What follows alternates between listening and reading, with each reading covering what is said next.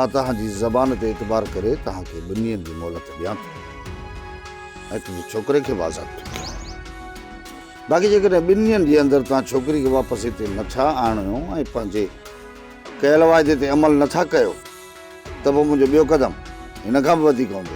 मंसूर खान, तुंहिंजी ज़बान ते एतबार करे असां पोइ हिते हटूं था, पर चई छॾ करम खान खे त सुभाणे जाबिर खे वठी उते पहुचे ऐं सुबुह जो हिन ॻाल्हि जो निबेरो करे।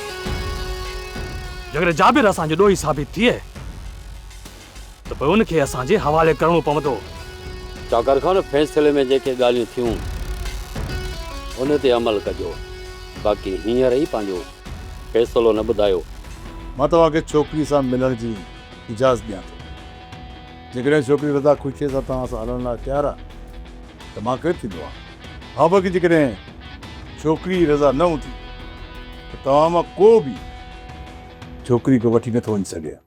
सोप सीरियल पंजाबेरी तमाम एपिसोड्स ॾिसण लाइ विज़िट करियो असांजो official YouTube channel Sindh TV HD drama.